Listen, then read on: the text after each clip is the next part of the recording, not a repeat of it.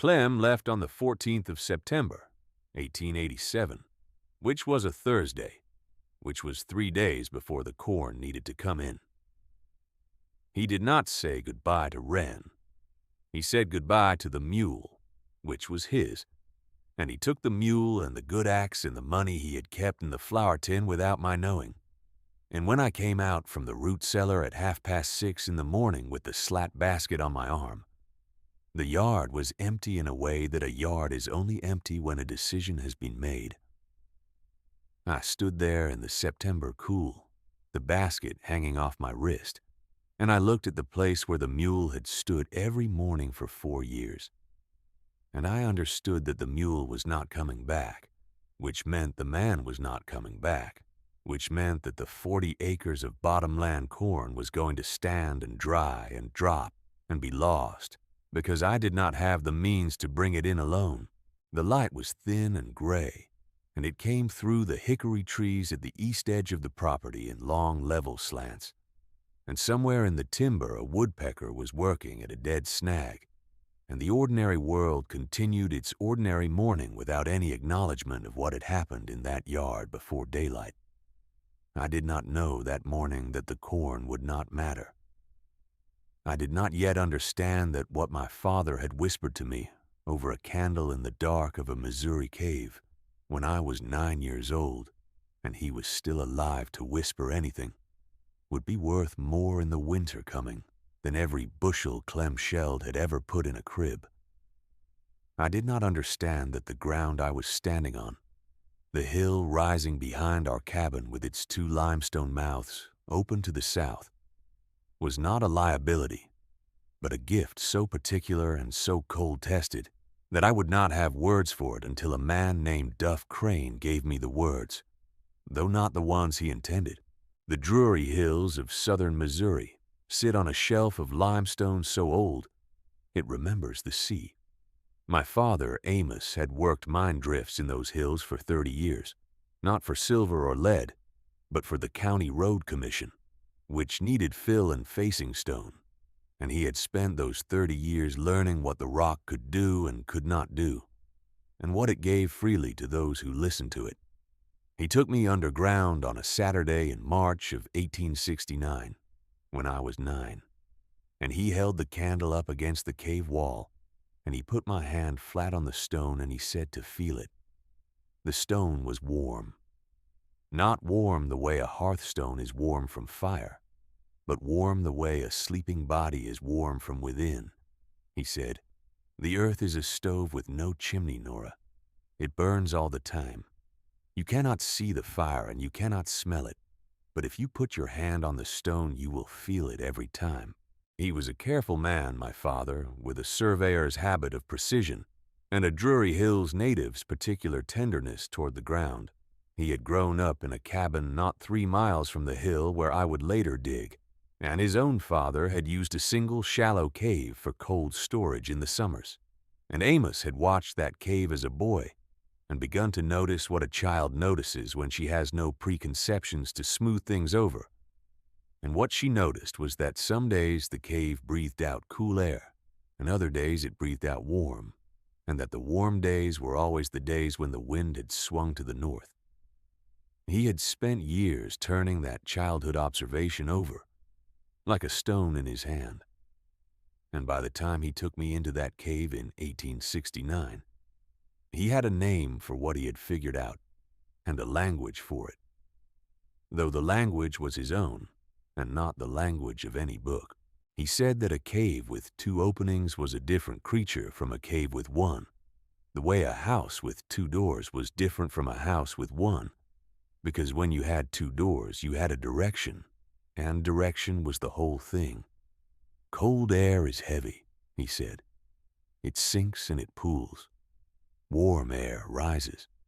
If you give them a road to travel on, the cold will go down, and the warm will come up, and they will never stop trading places, and the stone between them will stay at whatever the earth's deep belly holds, which is not freezing and not burning, but something steady and old, and yours for the taking if you know to ask. He showed me the seam lines in the limestone face, The places where the rock had split along its ancient grain and left channels the width of a finger running back into the hill. And he showed me how to follow those channels with a candle, because a candle in a seam that carries a draft will lean, and the lean tells you the direction of the flow, and the direction of the flow tells you what you have. He showed me how to tap the face with the flat of a pick handle and listen for the difference between solid stone and a pocket, the way a doctor listens to a chest. He showed me how to split along the grain without fighting the rock, using the gad iron in the seam and the mallet at an angle, and the stone coming away in faces rather than rubble. He was not a large man, and he was not a loud man, but he had the strongest hands I have ever seen on a human body. Hands that knew what they were doing in the way that hands do when they have spent 30 years learning one thing from the inside out. And I loved those hands, and I loved what they knew, and I did not think about that love for 20 years. And then one September morning I thought about nothing else. I had not thought about that morning in years, in the way that the most useful things lie quiet in us until they are needed. Clem did not like the cave. He called the two openings in the hill behind the cabin eye-holes, and he said the ground there was cursed ground, sour and dark. And when I had suggested in our second year of marriage that we might use the upper cave for cold storage, he had looked at me the way a man looks at a woman who has said something so foolish it doesn't deserve an answer. I stopped suggesting. After a while, I stopped thinking about it. And then Clem took the mule and the axe and the flour tin money, and I was standing in the yard with the slat basket and 40 acres of corn going dry in the September heat. And my father's voice came back to me over 20 years, as clear as if he were standing at my shoulder. Wren came out of the cabin at 7, still in her nightgown, and stood beside me looking at the empty yard. She was 9 years old, and the same age I had been in the cave with my father, and she had her father's practical eyes and her mother's quiet, and she did not ask where the mule was. She said, "Will we be all right?" And I said yes, and I meant it. Though I did not yet know how, I sold the corn standing to Harlan Foss for 11 cents a bushel, which was a poor price but a cash price, and with that money I bought a pick, a long-handled gad iron, 2 short-handled spades, 100 pounds of coarse sand, a bag of lime, and 3 rolls of heavy canvas. The men at Crane's Hardware in Mercer watched me load the wagon without offering to help, which was the first sign of what was coming. Duff Crane himself stood in the doorway with his thumbs in his vest and watched me lift the sandbags and said, "You planning to do some mining, Nora?" And the men on the porch laughed the way men laugh when they are confident the joke requires no explanation. I said, I was planning to spend the winter warm. Duff said, "In a hole," and the laughter came again. That was the first time. I remembered it. I'd walked the 2 caves in the days after Clem left, carrying my father's old candle lantern, measuring what I had with what I remembered. The lower cave opened at the base of the hill, 6 feet high and roughly oval, and it ran back into the limestone for about 40 feet before the ceiling dropped and the floor turned wet. The upper cave was 12 feet above and 40 feet to the east, a smaller mouth but a taller chamber inside, and it caught the southeast exposure in the morning and held the daylight long. My father had told me once that 2 caves on the same hillside were almost never truly separate. That limestone was riddled with seams, and the seams nearly always connected, and that what looked like 2 mouths was often 1 lung. I had not thought about that in years. I thought about it now. The principle my father had taught me was simple, the way all true things are simple once you have felt them with your hands. A single cave is a cold trap in winter because the cold air, being heavy, rolls in at the mouth and settles on the floor, and the warmth from the earth's deep stone rises, but has nowhere to go and so is mixed back down and lost. But two caves linked by a passageway create a circuit. The warm air rises in the closed upper chamber and draws the heavier cold air through the connecting drift and out the lower mouth. And in doing so, it makes a slow loop of warmth that the stone itself feeds, because the stone does not cool the way wood or sod cools. It holds its temperature like a jar holds water, and no wind touches it, and no frost penetrates it past the first 2 feet of face. My father called it the stone breathing. He said the stone breathes slow and it breathes warm, and if you put yourself inside the breath, you will not freeze. I began the connecting drift on the 22nd of September, working alone except for Bess, my dog, a tawny brown creature of no particular breed who had come to the farm 3 years prior from no particular direction and had stayed with the evident intention of staying forever. Bess sat at the lower cave mouth and watched me work, and I worked by lantern light in the mornings before Wren woke, and by afternoon light when the sun came through the canvas I had rigged over the upper mouth. The limestone was hard, but it was honest, meaning it split along its own lines if you read it first and did not fight it, and my father had taught me to read it. I worked the gat iron into the seams and the pick along the natural fractures, and I moved the broken stone out in the slat basket, a basketful at a time, and I piled it at the base of the hill where it looked like nothing more than a farm woman cleaning out a root cellar. I worked from the lower cave eastward and upward at a shallow grade of perhaps 3 inches in 10 feet, which my father had said was the right angle for the draft to carry. Not so steep the warm air rushes through and loses contact with the stone mass. Not so flat the cold air pools and stalls. I thought of his hands showing me the angle on the face of a wall, the gat iron laid against the rock at the pitch he meant, and I matched my work to his memory.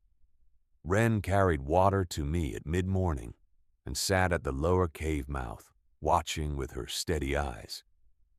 She asked once, when she saw the length of the drift I had begun, what I was making, and I told her I was making a road between 2 rooms, and she considered that for a moment and said, "So that the warm can walk between them," and I said, "Yes, that is exactly so." She nodded and went back to the cabin, and I understood that she had her father's practical eyes and her mother's knowledge both, and that she would be all right. She began helping in the afternoons, carrying the broken stone out in the smaller basket while I worked the face, and together we moved more than I could have moved alone. And by mid-October the passage was half done, and its shape was becoming clear. A low, clean corridor in warm gray stone, lit at the far end by whatever came through from the cave above, wide enough for 2 people to pass if one turned sideways. By the end of October, I had the drift run through. 38 feet of passageway, 6 feet wide and just over 5 feet high, shored at the crown with limestone slabs I had split and fitted without mortar, because my father had said that mortar was a man who did not trust the stone, and the stone knew it. The moment the 2 chambers connected, I felt the air move. Not a gust, not a breeze, but a long, slow pull, the way a chimney draws when you open a door downstairs, and the candle I held bent its flame in the direction of the upper cave, and stayed there, steady and leaning, and I stood in the passage and felt the warmth coming from the earth below my feet, and I put my hand on the wall and it was warm, and I said something to the empty stone that I would not say to any person, which was, "Thank you, Papa." I finished the 2 chambers through November.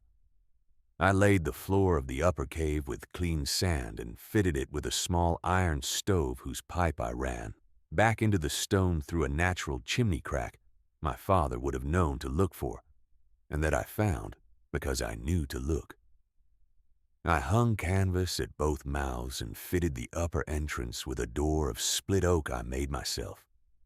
and I put a second door at the lower mouth, which I left open by 2 inches on all but the coldest nights to let the draft pull. I stored the root vegetables along the lower passage walls, where the temperature held at a steady 44 degrees even in November. I moved Wren's bed into the upper chamber. I moved the canned goods in from the cabin. I brought Bess inside at night, and she chose the passage between the 2 rooms as her bed and stayed there, which seemed right to me, as though she understood that the passage was the thing that mattered, the road the Warm traveled, and she had appointed herself its keeper. Marta Holm came in the 2nd week of November to bring a crock of her beet relish, which was a kindness she had offered every year since her husband Per died, and I showed her what I had made.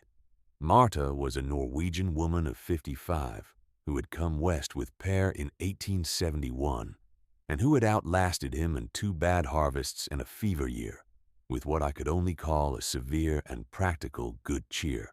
She walked the passage with her lantern held low, touching the walls, pausing where the warmth from the stone was most palpable, and she came out in the upper chamber and stood very still with her eyes wide and said, "Nora, it is warm in here." I said yes.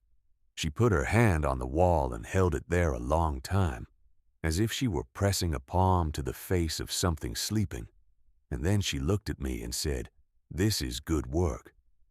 The people of Mercer Township said otherwise.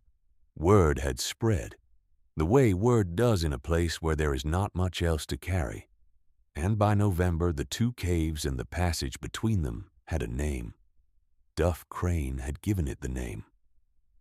On the 1st of November at the hardware store porch, with 4 other men listening, he had said that Nora Sheld had moved herself and her girl into a hole in the ground like a groundhog, and that you could say what you liked about Clem Sheld, but at least the man had slept in a bed. The name that stuck from that afternoon was Nora's Hole. It was said at the store and at the mill and at the church social in November, where Reverend Pratt's wife asked me, with the particular tenderness of a woman who means to cause harm, whether Wren was finding it comfortable, the hole, and whether I had considered that a child needed light. I said that Wren had a window in the upper chamber, and that she had never slept warmer in her life. The tenderness on Mrs. Pratt's face shifted to something closer to irritation, and she moved away. There was a man at that church social named Asa Cord, who farmed the 40 acres north of the Robb place, and who had the reputation of saying plain things without additional decoration. He had been listening from beside the punch table, and after Mrs. Pratt moved away, he came over to me and said, "I went up and looked at it when I heard what you were building." He meant the passage. He said, "It seems sound enough to me." I said, "It is." He said, "I would not have thought of it," and then he moved on without saying anything further, which was, I understood, not criticism, but its opposite.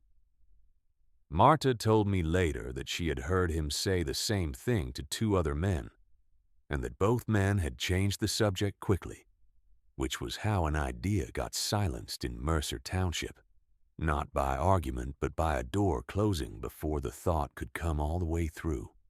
The second time Duff Crane spoke the name aloud in my hearing was at the grist mill in the 2nd week of December, when I had come with a half bushel of dried corn to be ground, and he was there with the Ray boy loading a wagon. He looked at me, coming across the mill yard, and he said to no one in particular, "There she is, the woman who lives in the hole, getting her corn ground before the hole fills up with snow." And the Ray boy laughed and Duff smiled, with the particular comfort of a man whose joke has landed before and will land again. I said nothing. I loaded my meal bag and I went home, and I entered the temperature in the ledger, which was 31 degrees outside and 47 in the passage, and the numbers said what I did not say, and I left it at that. If you would like to stay a while longer with this story, I hope you will. because what Duff Crane did not yet know was coming to Mercer Township from the northwest was the thing that would answer him more plainly than I ever could. The December was cold but ordinary. I laid in more firewood than I expected to need, and I fitted a second canvas over the lower cave mouth, and I noted in my father's old survey ledger, which I had kept since his death, that the passage temperature on the coldest December night held at 47 degrees without the stove burning at all. 47 degrees. The cabin down the hill from me had a good oak floor and a fieldstone fireplace, and it was holding 31 degrees on that same night because I walked down to check the thermometer I'd left nailed to the cabin post, and 31 was what it read. I wrote both numbers in the ledger in my father's hand, meaning in the deliberate way he had taught me to write numbers, with no flourish, so that a number meant only what it said. The 16-degree difference between the two structures sat on the page without commentary and seemed to me like something waiting.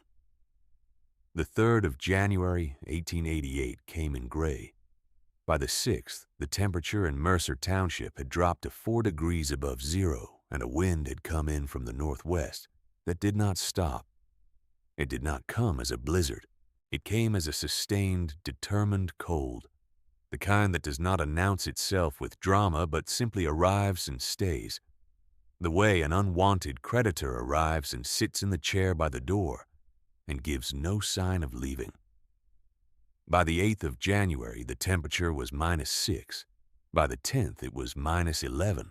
By the 14th, it was -14, which was the coldest temperature recorded at the county seat in 23 years, and which remained the coldest reading for 30 years after. I know these numbers because I wrote them. I know what happened to the other households in our part of the township because I saw some of it and was told the rest, and I will tell it plainly. Harlan Foss lost his milk cow on the 9th, frozen in the barn despite the hay packed around her, and his wife took a fever from the cold that kept her in bed for 3 weeks.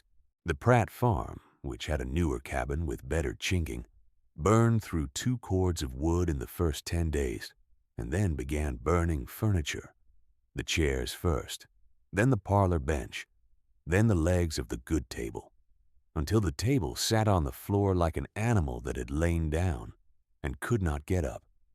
Old Silas Wynn, who was 72 and lived alone, was found on the 12th of January, sitting in his chair by a dead fire with his hands folded in his lap.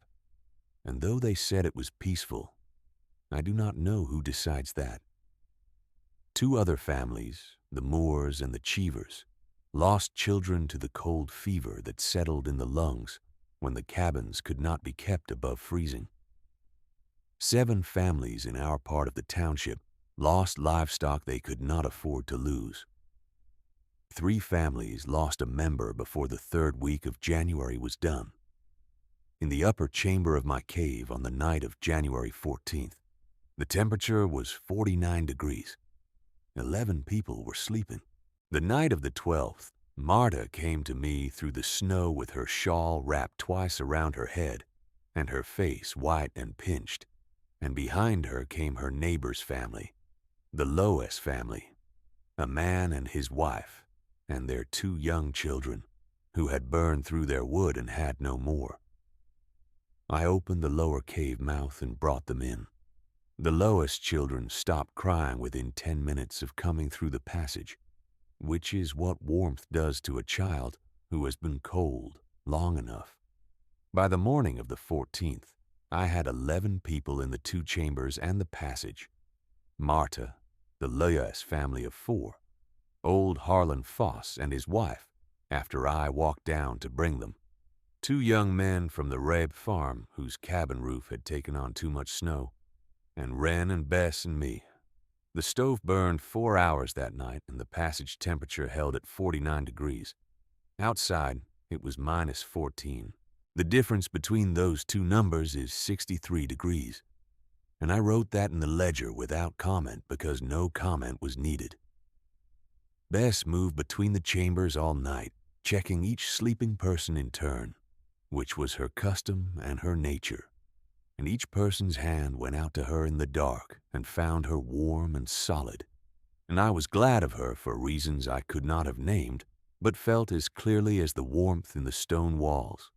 She lay for a time beside the Loess children, and then beside Martha, and then at the foot of Wren's bed. And sometime after midnight she settled in the passage itself, halfway between the two rooms, in the line of the warm draft, and she put her chin on her paws, and she sighed the way a dog sighs when everything is as it should be. We did not run out of food. We did not run out of fuel. We did not run out of warmth. On the morning of the 16th of January, when the wind had dropped to nothing and the cold had eased from -14 to a manageable 12 above, and the sun came in through the canvas at the upper mouth in a long, clean line that caught the dust in the passage and made it seem almost golden, Duff Crane appeared at the lower cave mouth. He had come, I learned later, because his store was the place where people gathered in trouble, and he had heard from Harlan Foss what Harlan Foss had seen, and he had walked the half-mile from town in the lingering cold because he was a man who needed to know a thing himself, rather than take another man's word for it. He stood at the lower mouth in his heavy coat with his hat pulled down, and he knocked on the door frame, which was a courtesy he had not previously extended to my work, and I opened the lower door, and the warmth came out in a visible wave, a long breath of warm air rolling out into the cold morning and dissolving, and he stood in it for a moment with his eyes wide and said nothing. I stepped aside. He came in. He walked the passage slowly, with his bare hand trailing along the wall, and the wall was 48 degrees, and his hand knew it. He stood in the upper chamber and looked at the sleeping bodies of the Loess children, and at Wren sitting up in her blankets with her book, and at the stove with its banked coals, and at the stone around him. He stood there a long time. The Loess man watched him from his blanket with an expression I can only describe as the expression of a person who has been told something is impossible, and who has then lived inside the impossible thing for 4 days and is waiting for someone else to arrive at the same knowledge. Duff looked at the walls. He looked at the ceiling. He put his palm flat against the stone face near the upper door and held it there, and his shoulders settled in the way shoulders settle when a body is receiving something unexpected. I waited. The silence in the upper chamber was the silence of a place where no one is afraid, and it had its own weight, different from the silence of an empty room, which is absence, and more like the silence of a room where people are sleeping, and the fire is low and the dark is complete and warm, which is presence. He turned and looked at me, and there was a thing in his face that had not been there before, which was the expression of a man in the moment he understands he has been wrong about something that mattered. He was not a bad man. He was a man who had been comfortable in his certainties, and the stone had unmade one of those certainties, and he was standing in the evidence of it. He said, "She knew something I did not." He said it about me, as if I were not there, and I was there, and it did not matter, because the warmth was there, and the 11 living people were there, and that was what mattered. And Bess pressed against my leg, and I put my hand on her head, and we both looked at the man and waited for whatever came next.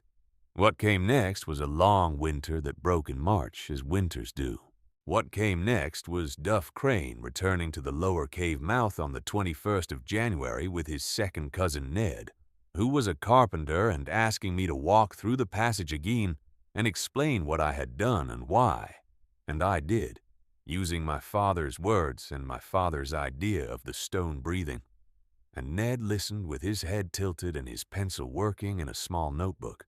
What came next was Otis Vale, the county land recorder, who rode out from the county seat in late February, specifically to see the structure, having heard the account from 3 separate homesteaders who had spent the cold spell in my chambers, and who sat at the rough table I had made from split oak and asked me to describe the construction in my own words, while he wrote it in his own, and who noted in the county record that the linking of 2 natural limestone caves by a hand-dug connecting drift of 38 feet, sealed and shored with native stone, produced a self-sustaining convection chamber of documented effectiveness, January 1888, attributed to Nora Sheld of Mercer Township.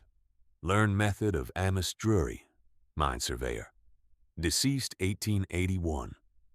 He spelled my father's name correctly, which pleased me more than I expected. The spring brought the usual repairs that a hard winter leaves behind, and the summer brought a neighbor's son named Cal Robb, who had spent the cold in the upper chamber, and who came in June to ask if I would walk the hill with him and explain the principle again, because he had found a single limestone cave on his family's east slope, and he wanted to know whether it could be made to work alone. I told him it could not in the same way, because the circuit required 2 mouths to make the draw, but that a single cave properly stopped and vented could hold a temperature the crib corn hated and the root vegetable loved, and I showed him how my father had taught me to read a cave wall for the seams that carried warmth up from the deep stone. And he listened the way young men listen when they understand they have found something that cannot be looked up in a book. I told him that my father had called it the stone breathing, and that the stone did not care who listened to it, only that someone did. The knowledge did not travel all at once, and it did not travel perfectly.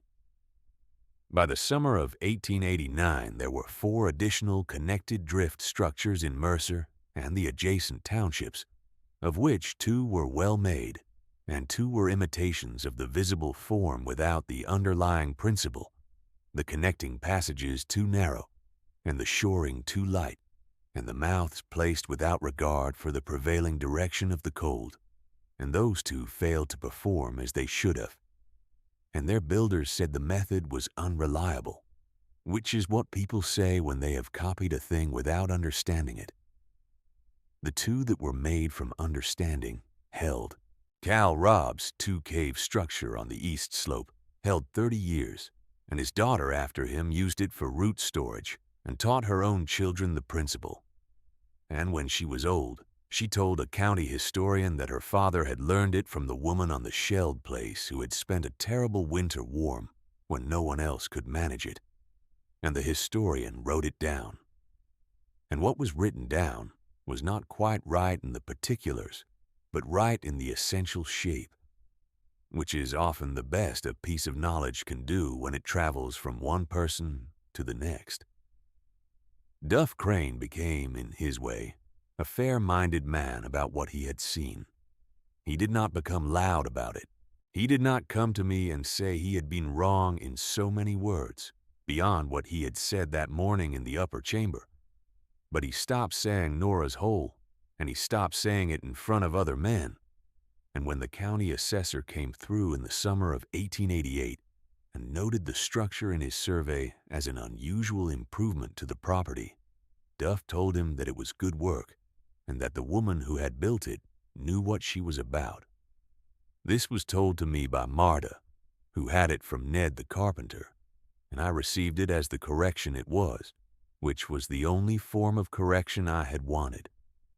Wren grew up in those 2 chambers in that passage the way a child grows up in any place that has been made safe, which is to say quietly and at her own pace, and with the stone's warmth as a constant beneath the particular weathers of childhood. She knew the passage in the dark by the time she was 12, and she knew the principle by the time she was 14, and she knew it the right way, meaning from the inside out, from the feeling of the warm wall under the hand to the word for what caused the warmth, not the other way around, which is the only way knowledge of that kind survives. When she married a man from Phelps County in 1902 and moved to the hill country there, she took my father's survey ledger with her in her trunk, and she wrote the stone breathing in her own hand on the first blank page she found, and below it she drew the angle of the connecting drift, which she had by then in her hands as surely as I had it in mine. Bess died in the winter of 1891, which was a mild winter which seemed right. She had spent 4 winters in the passage, and had found every cold and frightened person who came through the lower door, and had pressed her warm side against them in the way she had. And when she went in the upper chamber by the banked stove, on the clean sand floor my father's idea had given her. And I sat with her until she was still, and then I stayed a while longer in the warm dark, listening to the stone breathe. I haven't spoken much about Clem. There is not much to say that the winter did not say more plainly. He came back in the spring of 1889, having heard from someone what had happened, and he stood in the yard in the April mud with his hat in his hands, and he said something that was meant to be an apology, and that landed the way apologies land when they arrive 14 months late and without the axe and the mule. I told him that Wren was well and that she did not need anything from him that I could not provide, and he nodded and left, and I watched him go without bitterness, which surprised me a little because I had expected bitterness, and it was not there. What was there instead was something closer to the feeling you have when a season you have endured finally ends, and the next one begins, and the ground is still yours. My father knew what I would need before I needed it. He put his hand on the stone, and he put my hand beside his, and he said, "Feel it. The earth is a stove with no chimney." He did not know and could not have known that the warmth he was teaching me to feel on a Saturday morning in March of 1869 would be the warmth that kept 11 people alive in the worst cold in 23 years. He was only teaching me what he knew, the way a man teaches who does not know exactly what his student will need the knowledge for, only that the knowledge is real, and that real things, given freely, have a way of arriving where they are needed. I am old now, and the hill behind the cabin is still there, and the 2 mouths are still open to the south, and the passage between them is still sound. The shoring my father's principles suggested has not shifted in 40 years. The lower chamber keeps the apple barrels at 43 degrees from October through April, without any fire at all. In the deep of last winter, my granddaughter, Wren's youngest, came up from Phelps County with her children to visit, and I took the youngest one, a boy of 8, into the passage with a candle in the January cold, and I held the candle near the stone face, and we watched the flame lean, and I put his hand on the wall, and I said, "Feel it." The stone was warm. His eyes went wide in the way that eyes go wide when the body learns something the mind had not yet prepared it for, which is the best kind of learning and the kind that stays. I told him the earth is a stove with no chimney. I told him it burns all the time, and you cannot see the fire, but you can feel it in the stone if you know where to put your hand. He held his hand against the wall for a long time, longer than I expected, not moving, just feeling. The temperature in the upper chamber on the coldest night of last January, which was 9 below, was 46 degrees, which is 1 degree less than it was on the night I first connected the drift and put my candle in the passage and watched the flame lean. Stone loses nothing and gives nothing back. It only holds. The passage is still there. The stone still breathes. On a cold morning when the temperature outside has dropped to something serious, you can stand at the lower mouth and feel it. A long, slow exhalation of warm air rolling out from the earth's deep interior, invisible and steady, patient as the stone itself, winter never once having won.